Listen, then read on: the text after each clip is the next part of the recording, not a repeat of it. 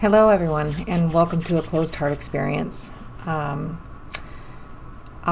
am going to try and get through this next subject without shedding some tears. It's a bit of a difficult one for me, and I've kind of struggled on whether to share or not. It's not the sharing that bothers me, it's more, it brings up a lot of emotion for me. So, bear with me. There may be some pauses. It's still very raw and real and hard to discuss. My mother was diagnosed. I've talked about my parents. I was adopted by my father at a very young age and did not know that I was adopted until I was, I think around 10, 9, something like that. I can't quite remember. And my mother was my biological mother. And my mother was diagnosed with early onset Alzheimer's in her late 50s. And so that is a struggle and a challenge that our family had to go through. And it was an extremely trying time. We eventually ended up, my children, my husband and I ended up being caretakers for my mom for as long as we could. And then she ended up moving into home. And unfortunately in 2020, during the COVID pandemic, she died tragically. Not from COVID, but from other causes that were quite violent. So again, I'm going to try to get through this best I can because I think it's important to talk about Alzheimer's disease and the role of caretaking a person with Alzheimer's disease. I know Jennifer has talked about caretaking for a stroke patient or post-stroke patient, which is very similar as far as the difficulties. Alzheimer's is a little bit different in the sense that a stroke victim, I believe, can kind of maintain once they've had the stroke where they're at, where their brain is at that time. They can kind of maintain that, where Alzheimer's and dementia just continues to deteriorate. And it's a matter of watching. It's the long goodbye is what it's called. And you're watching your loved one just deteriorate to the point that they can no longer function until they pass away. And it's quite traumatic for the family, for the person who has the Alzheimer's disease.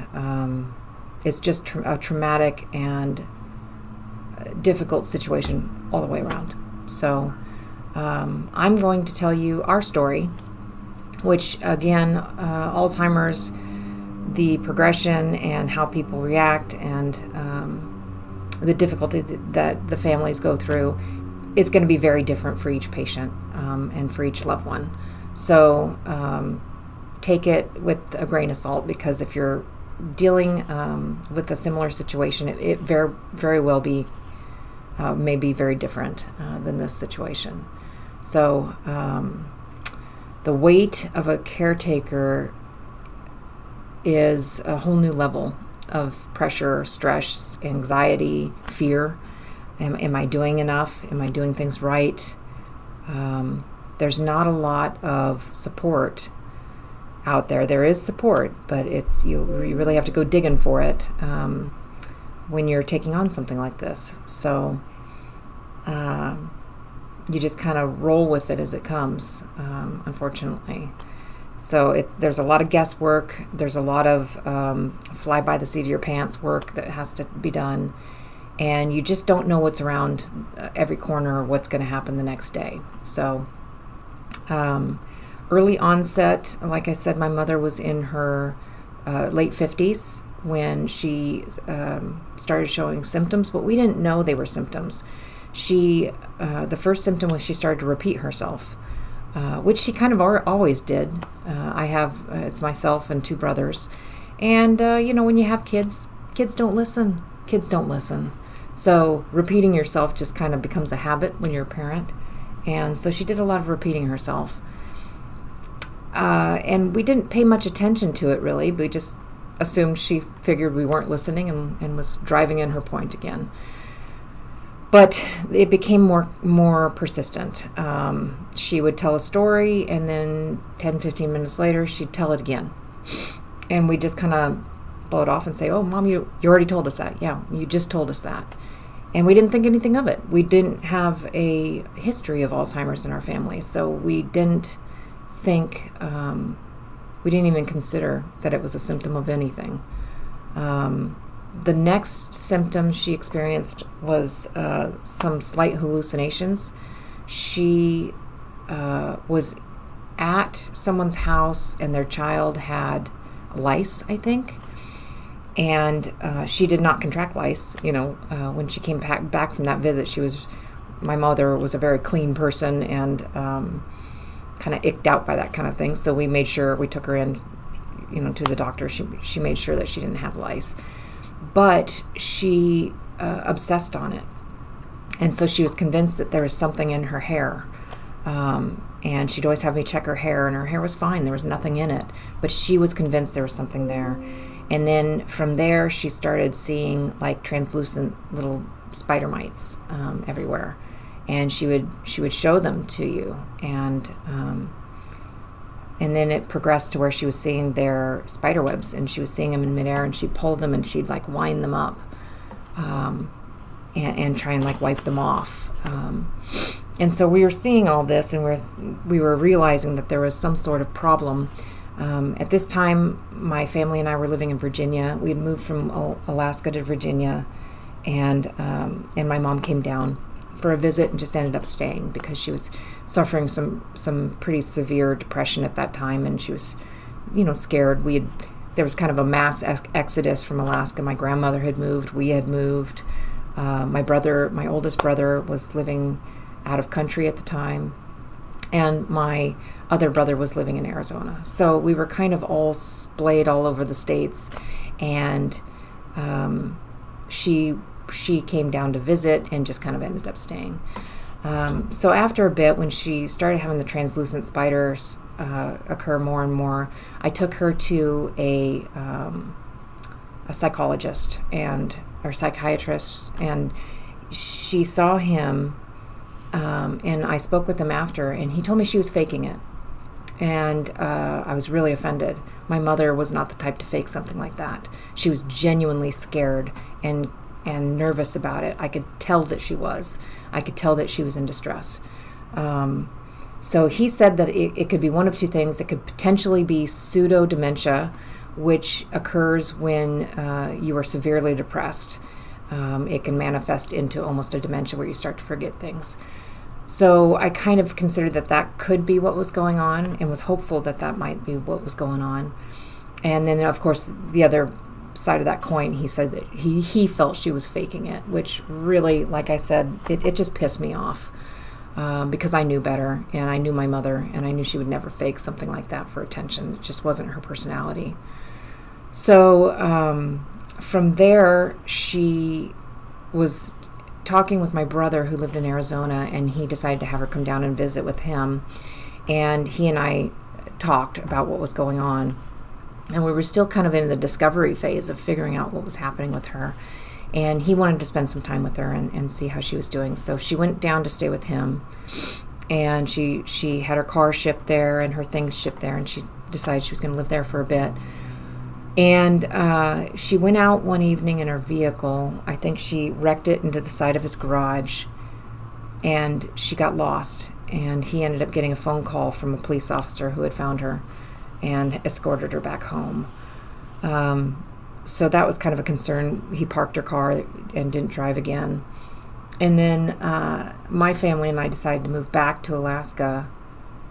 And she had at that point gone and was staying with my grandmother. They were fighting a lot. There was a lot of confusing things going on, but she was just kind of going with the flow then. She really wasn't, the symptoms hadn't gotten too bad except for the spider thing. The spider thing hung on pretty tight for a while there.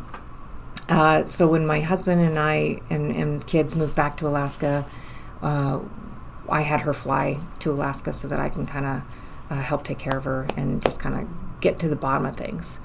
So when she got here, I put her in counseling. I was still kind of stuck on the pseudo-dementia diagnosis that had been quasi given to her. So I was thinking if we could get her on maybe some antidepressants and get her into therapy, maybe she could come out of that. And I got her into therapy, and the therapist, she wanted $450 an hour, which I thought was absolutely absurd. And wow, to be in a field and want to help people, supposedly, and to charge $450 an hour for cash-paying patients was highway robbery. And I was pretty disgusted by that. So even though she seemed like a decent therapist, I thought that the dollar amount was absolutely greedy and asinine. So we decided to search for another therapist that was more cost effective. My mom was on a fixed income at that time. So I took her to a doctor to get a referral. And that doctor was actually a PA in the senior, it was a senior clinic. And she was sharp enough to do an assessment for Alzheimer's and dementia. And she had my mother draw the clock and do some of the standardized testing for Alzheimer's, and my mother failed miserably. So that was kind of the first inkling that maybe there was a real problem, further than just taking some antidepressants. We did get her on some antidepressants just to try that out. It kind of helped with some of the anxiety that she was facing, but it didn't take the problem away. We ended up getting a referral to a neurologist instead of a therapist, and she ended up going in and having a full psychological evaluation where they did some really in-depth testing to see where she was and what was going on.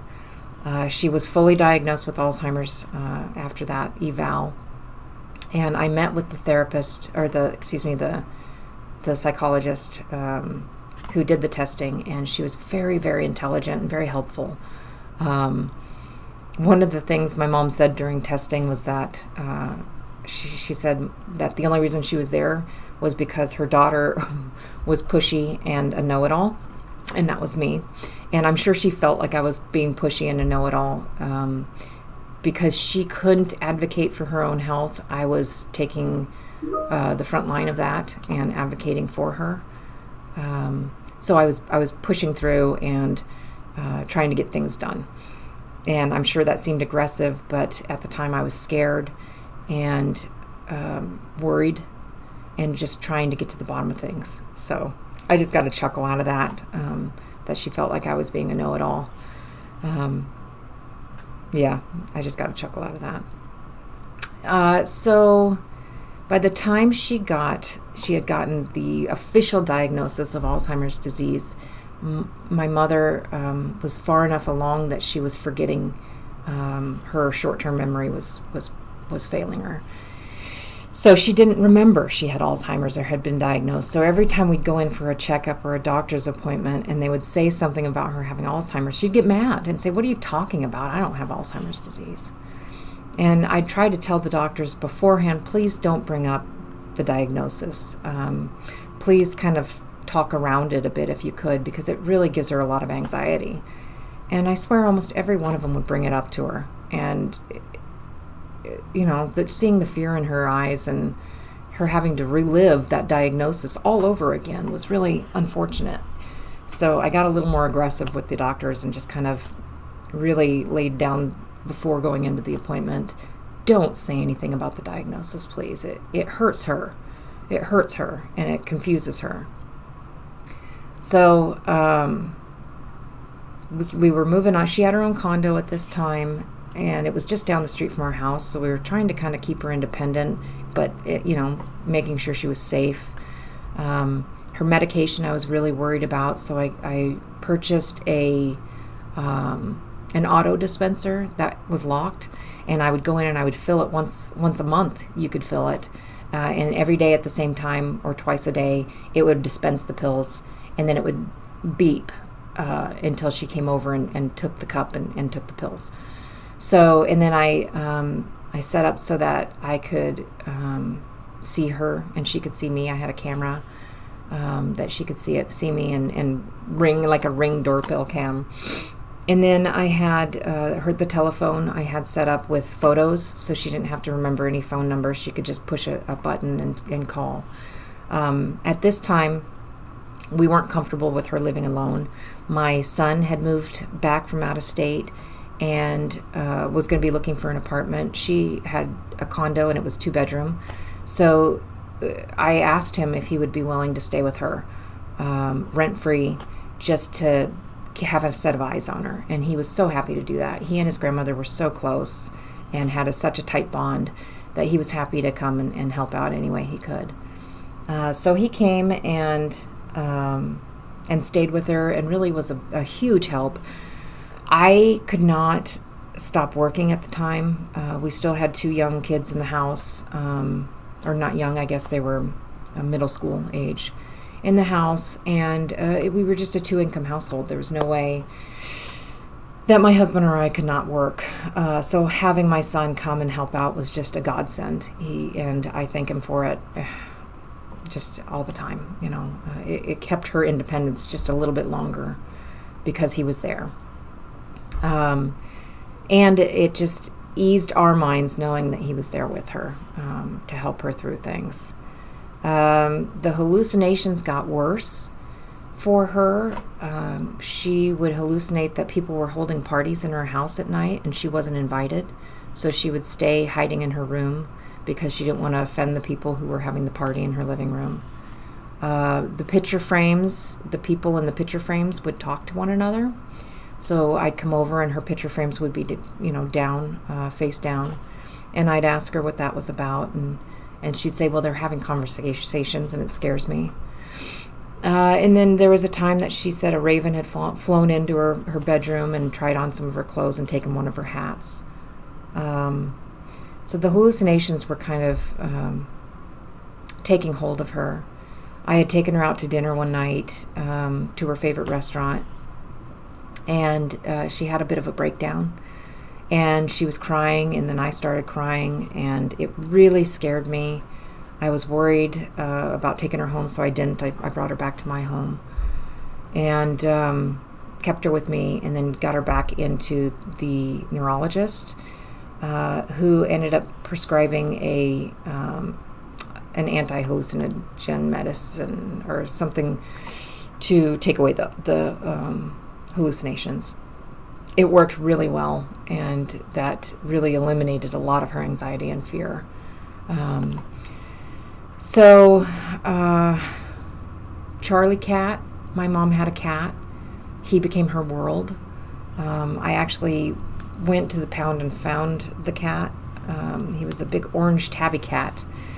And I thought her having a pet would be helpful for her mental health. And it really was. She loved that cat and followed it around everywhere. And he gave her so much joy. So if possible to have a pet for your loved one, what a difference that made for her. Charlie cat was a big part of her life at that time. Bathing was difficult. She didn't really know how to bathe herself after a while. And so I would make it fun. I'd make it a spa day where I would wash her hair and cut her hair and color her hair for her. And I would massage her hands and give her a little manicure and just try and make it as fun as possible. Phone calls became constant. She would forget that she called. Sorry about that. I'm going to have to splice this back in. I had somebody come in and visit. I do these videos at work, and I do them on my lunch break, or I will stay after work to go ahead and do them. So when I do them during my lunch break, oftentimes people come in and visit. So excuse that interruption. And I believe I was talking about the phone calls with my mom. She would forget that she called, and so she would call multiple times a day. She would call, she would say, this is going on, that's going on, and I'd say, it's okay, everything's going to be okay, I'll be over after work, and talk her through it. And then she would feel better, get off the phone. 5 minutes later, my phone would ring again. This was really distracting when you're trying to work during the day, but I answered every call because I wanted her to be comfortable and I didn't want her to be scared. And of course, there was always that fear of what if this one was really an emergency. So I didn't want to miss any of those calls. So I took every one of them. They were very stressful. I was trying to relay to my brother how stressful they were, and he would kind of push it under the rug. I love my brothers. I kind of hope they never see this, but when it came to helping out, I was the front line. I think they were overwhelmed by what was going on with our mom and in denial. And so as I'm the youngest and the only daughter, not that that matters, but I ended up stepping in more. And my son stepped in, and my husband stepped in, and my children stepped in to really help my mom through this. One brother was living in another state, and another was living in Norway for quite a while. And then when he moved back, he was helpful, but it was more like on the financial side. And then he would come visit her and take her, he'd help out a little bit. So that was nice. But the majority of the caretaking fell on myself and my family, my immediate family. So one day, what I did, because one of my brothers was kind of, acting as though I was exaggerating the phone call issue. And so I took my face on my mom's phone and I switched it with my brother's. And that day she called him 17 times in the first couple hours of the day. And he called me and he said, "You've got to help me. You've got to get her to stop calling me." And I said, "Well, geez." He said, "I don't have time for this. I have a full-time job." And I said, so do I. So do I. And I think it was important for you to experience what that's like. That night I switched him back because ultimately I was the one in town. I was the one that if there was an emergency, she would need to contact. So I switched it back, but boy, I felt really alone in that moment, like his life mattered, his job mattered, his family mattered, mine didn't. And boy, it was a slap in the face. I would never tell him that now. He's so devastated at her loss. But at the time, I felt really alone in all of that, other than my husband and my kids. They were a huge support to me during that time. So the phone calls just continued. And after a while, and oftentimes my son would actually be in the house. He was home with her most of the day.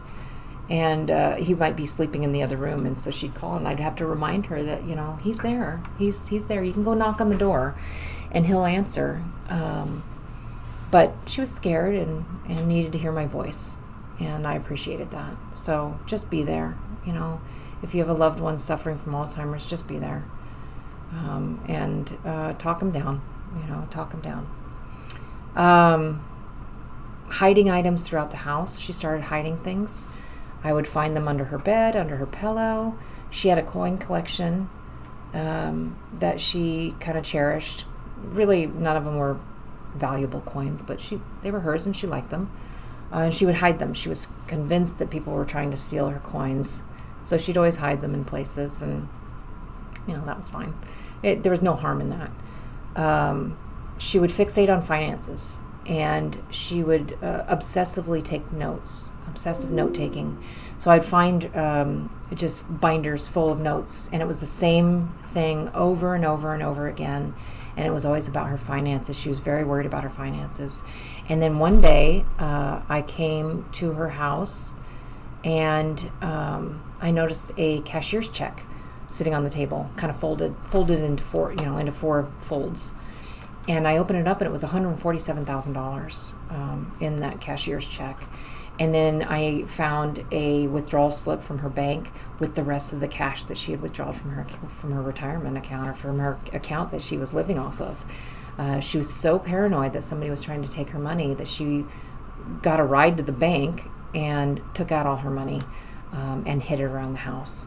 So my husband's son and I spent the rest of that day finding all the cash. I think we found all of the cash but like $300, and rushed it back to the bank and deposited it. And that is the point that I talked with my oldest brother and my other brother about taking guardianship of her finances, because she was just getting a little too fixated, and she could have lost it all. She could have buried it in the backyard and we would have never found it. It was a very scary moment, because it was all the money that she had in the world. So we got all of that taken back to the bank, put back in the bank. I filed for guardianship. One of my brothers was on board. My other brother was not on board. And so there was some pushback there and some inner arguments. He was in total denial that my mother had Alzheimer's disease. He was convinced it was something else and that we were just being dramatic. Living in another state, unfortunately, I just had to ignore his complaints, because he didn't know what was going on. He wasn't there witnessing it every day where we were. So I ended up going to court, and I had to fight my brother for custody or guardianship of my mother. The court granted, he just didn't show, and the court granted guardianship to me.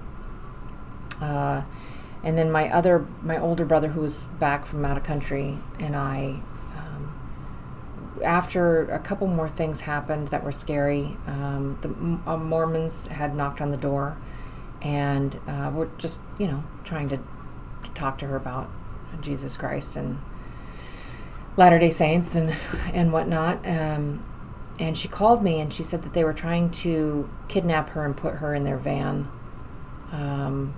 And that was really scaring her. Obviously, that wasn't the case. That's not what was happening, but in her mind it was. And then another occurrence where she went outside to look for Charlie Cat, but Charlie Cat was in the house, sleeping comfortably on her bed, but she wandered outside and got lost looking for Charlie Cat. And my son was home, but in his room, and didn't realize that she had gone out. So these things started to become more and more frequent, and we started to realize that her independence was not a reality that we were going to be able to continue with, and that we needed more help.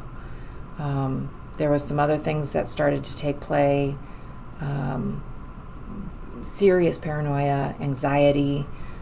She really just needed somebody with her all the time. And we started looking into assisted living homes at that time. We found one. I went to multiple homes and was astonished at the setup of some of those homes. It made my head spin. It made me sick to my stomach. Cramming 4 people into a small bedroom that's fit for maybe a teenage kid. Just to get more money. So much money is shelled out for these Alzheimer's victims, really. It's such a racket. Some of them, they really care, but a good number of them, it was very clear they were in it for the dollars, and it was gross. So I think I visited 4 different homes before I found one that was a larger facility. It was clean. It was new. I was comfortable with it. I brought my brother in. We toured it together. He was comfortable with it. It had good ratings, and we decided to go ahead and have her become a resident there. That was difficult. That was in 2017. I think it was July 2017. So we got her signed up. We got everything going. The administrator at the time I filled out all the paperwork, turned it in. I was promised a room for her. The administrator at the time was not the greatest, apparently. She seemed okay when we talked to her, but she gave the room away to somebody else. And I had to fight to get it back, which I did. And we did get it back. They wanted to put her in some like smaller room, and I said absolutely not. First come, first serve. We were there first. We paid her deposit. We did all the things. So I was able to get her back in that room. And then what I did was I just took her artwork. My mom owned an art gallery when she was, in her healthier years, younger years. And so she had a love of art.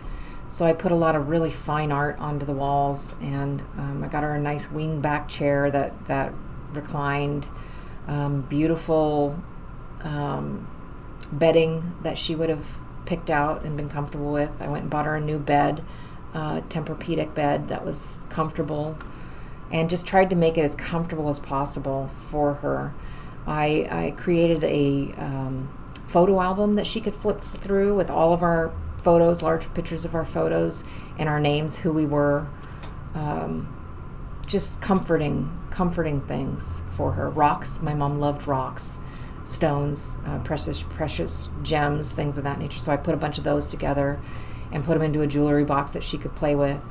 And then I put fake rings and stuff in the jewelry box so that she felt like she had her jewelry with her. I just wanted her to be as at home as she could be in a very, new place. So looking at the place, it was kind of sad. Her room was the most decorated out of all of them there. And the administrator said it was a real testament to how much we cared for her and cared about her. And then we were there all the time. We were there 2-3 times a week. And then I'd pick her up for play dates, I guess. I'd bring her home with me and do the bathing still and take her to get her hair cut. And we'd have manicures and pedicures. And for as long as she could, I wanted to make life as normal as possible for her, or just give her these pleasant and fun experiences. I started to have to live in her reality. If the sky was green, the sky was green. And it was the most beautiful green I'd ever seen in my life. If it was winter out and she said that the flowers looked beautiful, they were the most beautiful flowers that I'd ever seen in my life. I mean, anything that she said that was wonky or untrue or unrealistic or just not so, I made it so. You live in their reality. That is so important. Don't try and say, that's not true. Or, no, don't you remember? No, that's not how it went. No, the sky's blue. The sky's pink. The sun's orange. No, if the sun's blue, it's blue. If the sky's green, it's green. If the flowers are blooming in the middle of winter, then damn it, those are the most beautiful winter flowers you've ever seen. You're living in their reality. If that dog is a horse, it's the prettiest, most adorable horse you've ever seen. You have to live in their reality. Don't make them feel guilty for not knowing what's going on around them. They're already terrified. So if they say something is one way and it's not, tell them it is. Live in their reality. Have fun with it. You're making them feel good. If I said, no, Mom, the sky's blue, it's not green, she'd say, oh, it is? Oh. And you could see the nervousness start to build up inside of her. So why? Why do that to him? And then when I'd say, isn't it the prettiest green you've ever seen? She'd say, yeah, it really is. And she'd just be happy and have a smile on her face. So live in the reality that they are putting out. Don't correct them. Don't correct them. Why? Why make things harder on them? Just live in their reality. That is the most important thing that I could ever tell someone who is caring for a loved one with Alzheimer's, or even just visiting someone who has Alzheimer's, is live in their reality.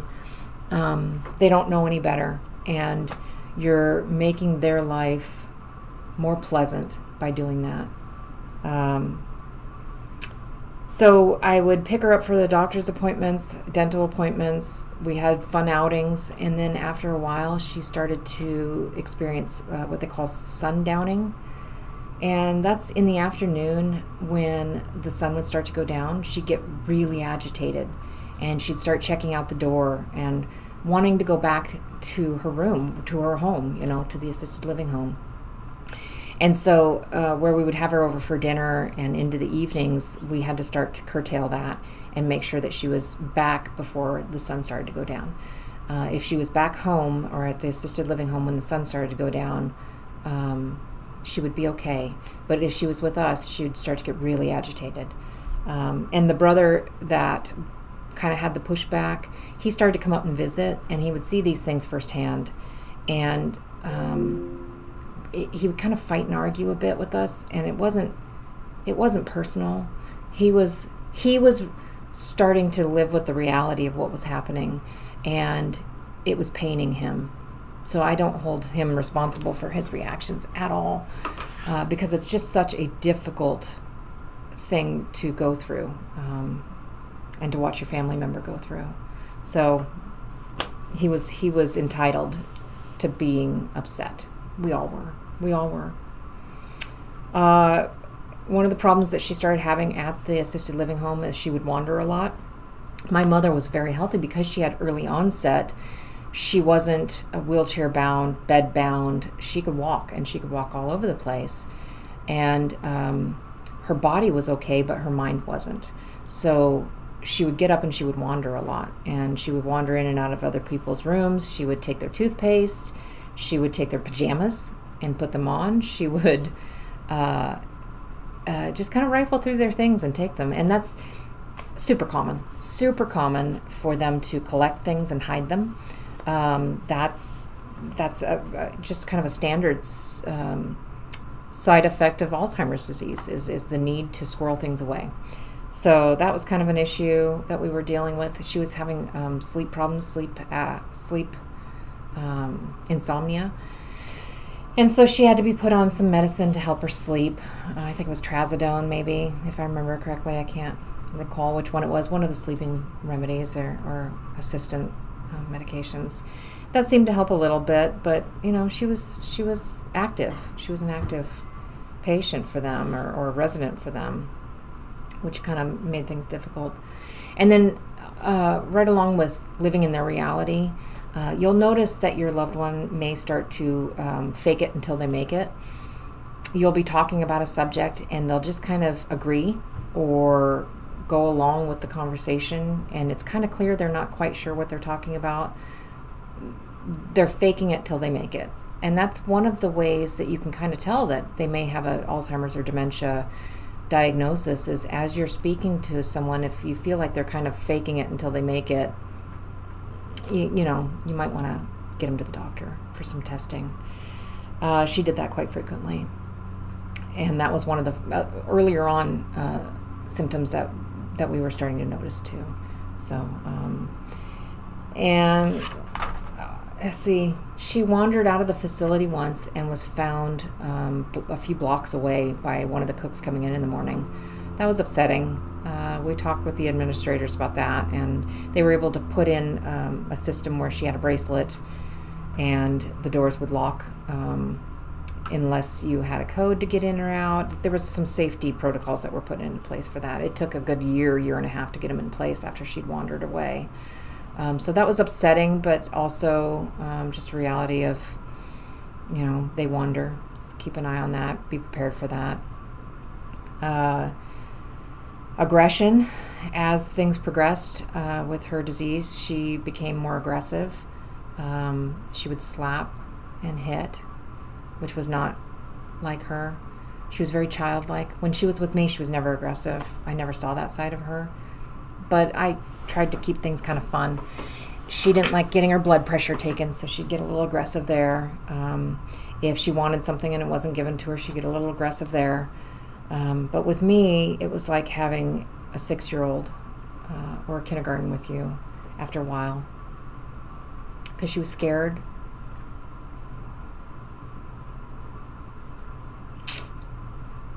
And, sorry. She just needed somebody to hold her hand, just like a child. So our roles reversed. I became the parent, she became the child. And then we had a lot of fun. The last video,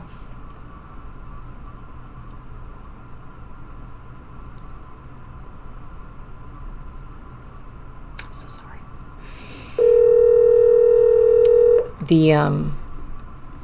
Let's see, last video that I had of her, we were laughing hysterically. She had lost the ability to speak.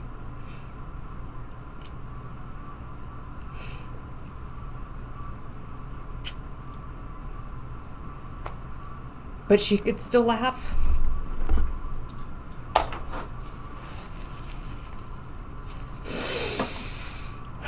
So I made her laugh.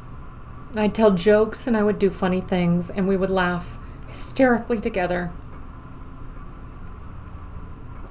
I miss that.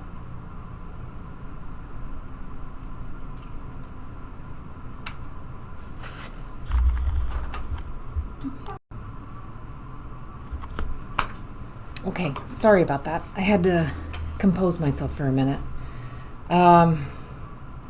Okay. I believe I was talking about how my mom would laugh and how much fun that was. The last video I have of my mom and I together, I had taken her to her dental appointment. And while we were waiting for the dentist, I don't remember what was said or what we were doing, but I just remember laughing hysterically. And she had the best laugh in the whole wide world. And I can hear it still to this day. I miss it. I miss it a lot. Shortly after that, COVID hit. The assisted living homes were shut down. I can't go into great detail, which I wish I could.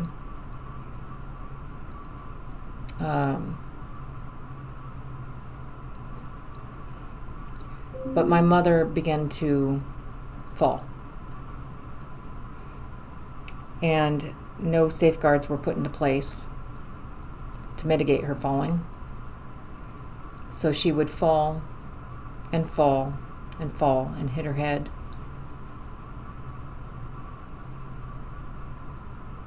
This occurred multiple times. I received a phone call from the assisted living home asking me what they should do. Meanwhile, we were paying them upward around $7,000 a month because they were specialized in this area. The reason we went to the specific home was because they advertised, or the story that they told was that their own father had had dementia, and they didn't like the care that he had received, so they wanted to have a home that did better. And up until COVID, really, they didn't do a horrible job. There was a couple minor things, but really they did an okay job. But when COVID hit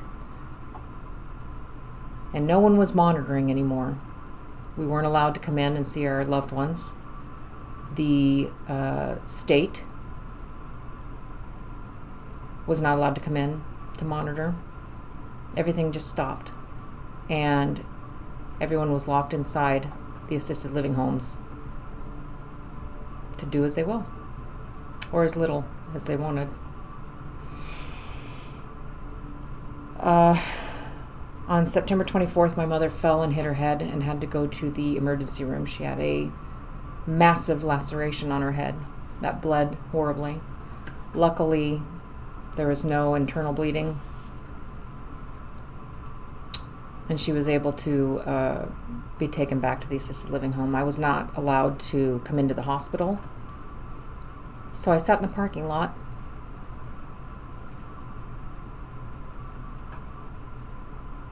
and talked to the doctors on the phone. I was not allowed to see her when she came out. She was transported back to the assisted living home by ambulance, and I followed it and just watched her go in. I understand why.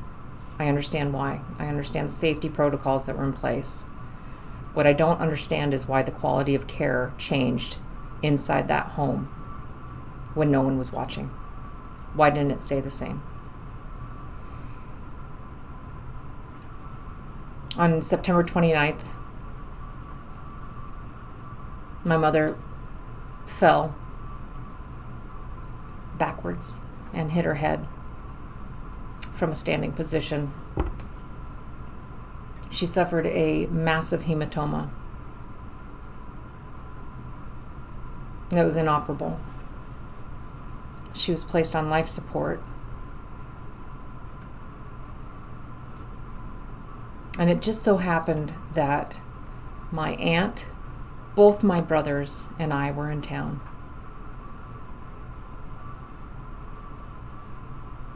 So I called everyone and we went to the hospital.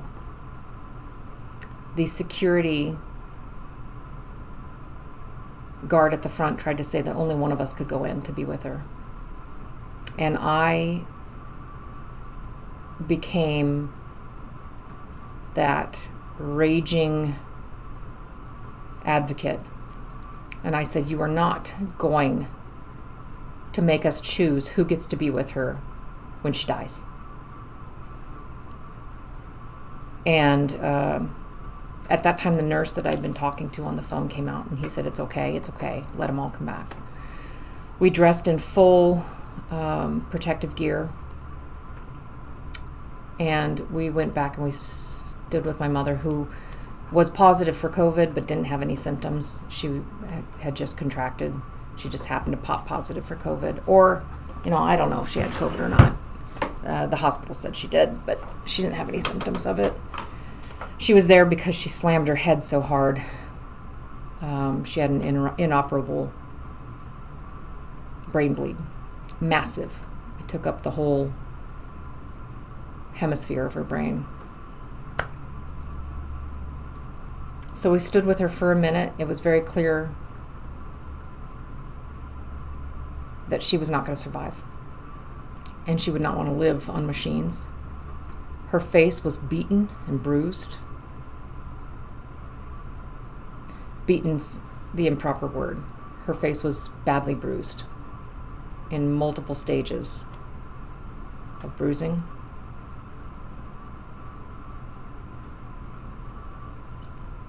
We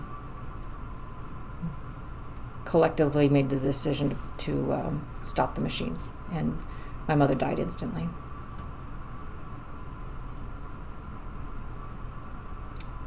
"35 to 40 days prior to that, my dad had died of COVID. And in between, my dog had to be put down. It was a very rough time. 2020 was a very rough time. I still live with agony, guilt, sadness. Losing my mother was like losing a child.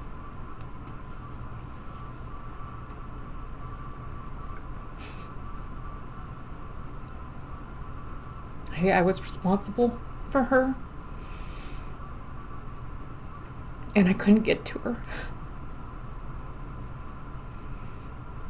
And my ability to protect her was taken away and left in the hands of people I dare say did not love her nearly as much as we did, obviously.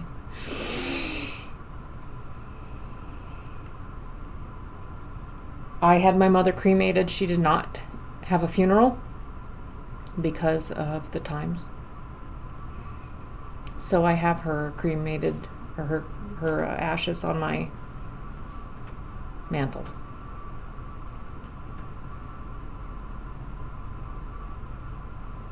And I think that we're going to either inter her ashes or spread them this summer, my brothers and I, and my kids. But we'll see.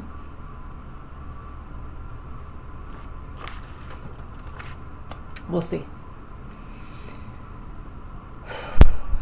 Thank you for listening to me on this one. It's raw, rough, not easy to talk about. I apologize for the emotions. If you have a family member suffering from dementia or Alzheimer's, my heart is with you. People don't give the caretakers the credit they deserve. If you are in a caretaker role, you have my ear. You have my support. You are not alone. And reach out. Talk to someone. Get therapy for yourself. It is a very difficult role to be in. You have my respect. You have my respect. Okay, that's going to have to be it for this one. I need a nap. That one took it out of me. You're not alone. Give yourself some grace. It's our first time here, and we're all just trying to get through this world unscathed. Give yourself some grace. Thanks for listening.